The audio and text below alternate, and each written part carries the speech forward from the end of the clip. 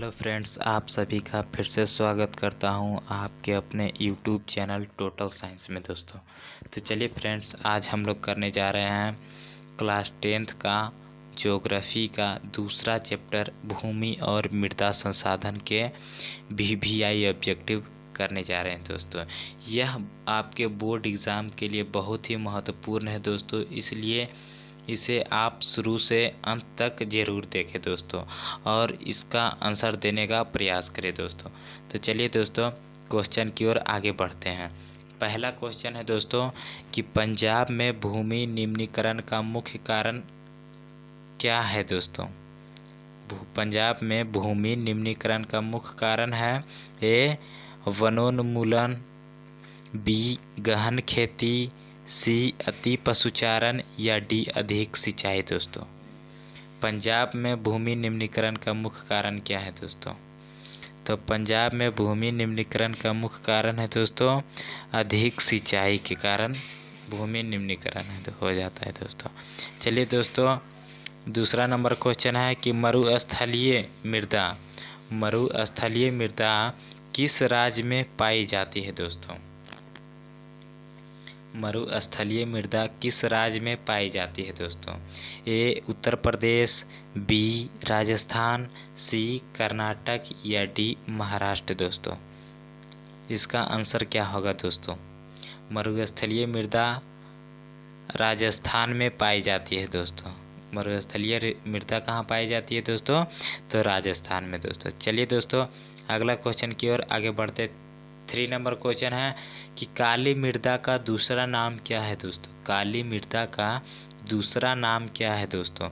ए बलुई मृदा, बी रेगुर मृदा, सी लाल मृदा या डी पर्वतीय मृदा दोस्तों। काली मृदा का दूसरा नाम क्या है, इसका आंसर क्या होगा दोस्तों। इसका आंसर होगा दोस्तों काली मृदा का दूसरा नाम रेगुर मृदा है दोस्तों। क्या है दोस्तों, रेगुर मृदा। काली मृदा का दूसरा नाम रेगुर मृदा। तो चलिए दोस्तों, अगला चौथा नंबर क्वेश्चन है दोस्तों कि मैंग्रोवस वन का सबसे अधिक विस्तार कहाँ है दोस्तों। ए अंडमान निकोबार द्वीप समूह के तटीय भाग में, बी सुंदरवन में, सी पश्चिमी तटीय प्रदेश में या डी पूर्वोत्तर राज्य में दोस्तों। मैंग्रोवस वन का सबसे अधिक विस्तार कहाँ है दोस्तों।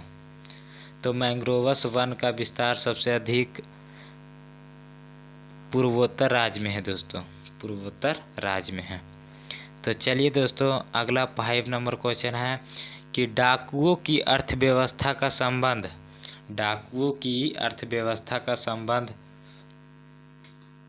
किससे है दोस्तों।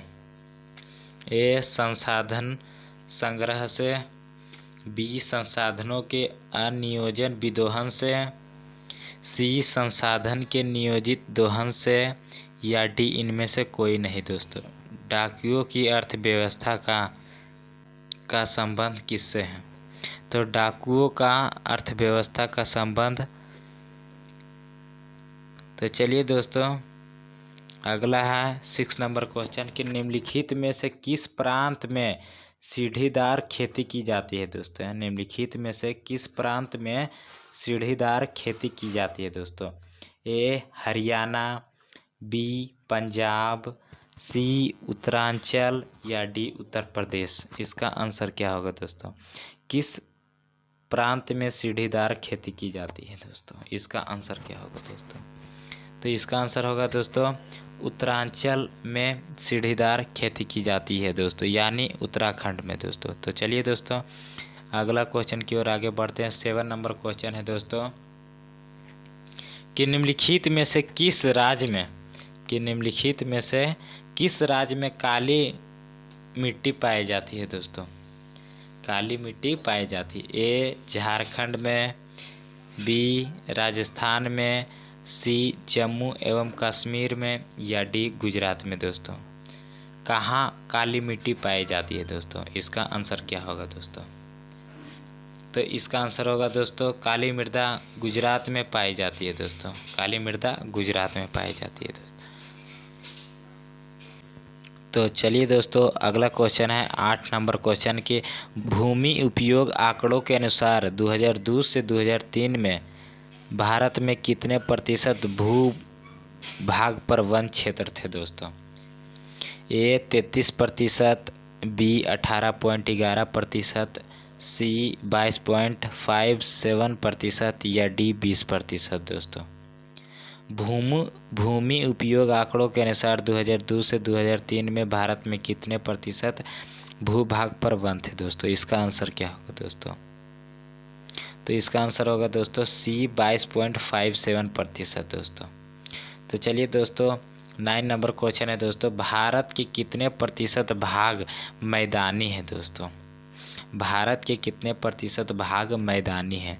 ए 30%, बी 43%, सी 27% या डी 56% दोस्तों। भारत की कितने प्रतिशत भाग मैदानी है? इसका आंसर क्या होगा दोस्तों? इसका आंसर देने का प्रयास करें दोस्तों। तो इसका आंसर होगा दोस्तों भारत के 43% भाग मैदानी है दोस्तों, 43% भाग। तो चलिए दोस्तों, अगला क्वेश्चन है कि निम्नलिखित में से कौन सा कारक मृदा निर्माण में महत्वपूर्ण होता है? ए चट्टान, बी जलवायु, सी पेड़ पौधे या डी इनमें से सभी दोस्तों। निम्नलिखित में से कौन सा कारक मृदा निर्माण में महत्वपूर्ण होता है? इसका आंसर क्या होगा दोस्तों? तो मृदा निर्माण में इसका आंसर होगा दोस्तों डी इनमें से सभी महत्वपूर्ण होता है दोस्तों मृदा निर्माण के लिए। तो चलिए दोस्तों, 11 नंबर क्वेश्चन है कि काली मिट्टी किसकी खेती के लिए उपयुक्त होता है दोस्तों? काली मृदा किसकी खेती के लिए उपयुक्त होता है? ए कपास की खेती के लिए, बी लीची की खेती के लिए या सी गेहूं की खेती के लिए या डी बाजरा की खेती के लिए दोस्तों। काली मिट्टी किसकी खेती के लिए उपयुक्त होता है दोस्तों? इसका आंसर क्या होगा दोस्तों? तो इसका आंसर होगा दोस्तों काली मिट्टी कपास की खेती के लिए उपयुक्त होता है दोस्तों। काली मिट्टी कपास के लिए की खेती के लिए उपयुक्त होता है। तो चलिए दोस्तों, नेक्स्ट क्वेश्चन की ओर आगे बढ़ते हैं। 12 नंबर क्वेश्चन है दोस्तों, भारत में सबसे अधिक विस्तार किस मिट्टी का है? भारत में सबसे अधिक विस्तार किस मिट्टी का है? ए काली, बी लेटेराइट, सी जलोढ़ या डी वनीय दोस्तों। भारत में सबसे अधिक विस्तार किस मिट्टी का है? इसका आंसर क्या होगा? भारत में सबसे अधिक विस्तार किस मिट्टी का है? तो इसका आंसर क्या होगा दोस्तों? हमें कमेंट में, अगर आपको पता होगा दोस्तों तो हमें कमेंट में ज़रूर बताइएगा दोस्तों। तो इसका आंसर होगा दोस्तों जलोढ़, सी जलोढ़। भारत में सबसे अधिक किस मिट्टी का विस्तार है दोस्तों? तो जलोढ़। चलिए दोस्तों, 13 नंबर क्वेश्चन है कि इनमें कौन स्थानबद्ध मिट्टी का उदाहरण है? इनमें कौन स्थानबद्ध मिट्टी का उदाहरण है? ए काली मिट्टी, बी जलोढ़ मिट्टी, सी लोएस मिट्टी या डी इनमें से सभी दोस्तों। इनमें कौन स्थानबद्ध मिट्टी का उदाहरण है? इसका आंसर क्या होगा दोस्तों? इनमें कौन स्थानबद्ध मिट्टी का उदाहरण है दोस्तों? तो इसका आंसर होगा दोस्तों ए काली मिट्टी। ए काली मिट्टी स्थानबद्ध मिट्टी का उदाहरण है दोस्तों। तो चलिए दोस्तों, 14 नंबर क्वेश्चन है कि पुरानी जलोढ़ मिट्टी को क्या कहा जाता है दोस्तों? पुरानी जलोढ़ मिट्टी को क्या कहा जाता है? ए बांगर, बी खादर, सी भांवर या डी रेगड़ दोस्तों। पुरानी जलोढ़ मिट्टी को क्या कहा जाता है दोस्तों? तो इसका आंसर होगा दोस्तों ए बांगर कहा जाता है दोस्तों। पुरानी जलोढ़ मिट्टी को बांगर कहा जाता है दोस्तों। तो चलिए दोस्तों, अगले क्वेश्चन की ओर आगे बढ़ते हैं। पुरानी जलोढ़ मिट्टी को क्या कहा जाता है दोस्तों? 14 नंबर क्वेश्चन, सॉरी दोस्तों। अगला है 15 नंबर क्वेश्चन दोस्तों कि भारतीय कृषि का राष्ट्रीय सकल घरेलू उत्पाद में कितना योगदान है दोस्तों? भारतीय कृषि का राष्ट्रीय सकल घरेलू उत्पाद में कितना योगदान है? ए 33%, बी 58%, सी 15% या डी 13.7% दोस्तों। इसका आंसर क्या होगा दोस्तों? भारतीय कृषि का राष्ट्रीय सकल घरेलू उत्पाद में कितना योगदान है दोस्तों? तो इसका आंसर होगा दोस्तों डी 13.7%। चलिए दोस्तों अगले क्वेश्चन की ओर आगे बढ़ते हैं। 16 नंबर क्वेश्चन है दोस्तों, मिट्टी का पीएच मान कितना होना चाहिए दोस्तों? मिट्टी का पीएच मान कितना होना चाहिए? ए 9, बी 5, सी 10, 7, डी 7। इसका आंसर क्या होगा दोस्तों? मिट्टी का पीएच मान कितना होना चाहिए दोस्तों? तो इसका आंसर होगा दोस्तों डी 7। इसका आंसर होगा दोस्तों डी 7 होना चाहिए। तो चलिए दोस्तों 17 नंबर क्वेश्चन है कि मृदा संरचना में मूल चट्टान के ऊपर कितनी परतें होती है दोस्तों? मृदा संरचना में मूल चट्टान के ऊपर कितनी परतें होती है?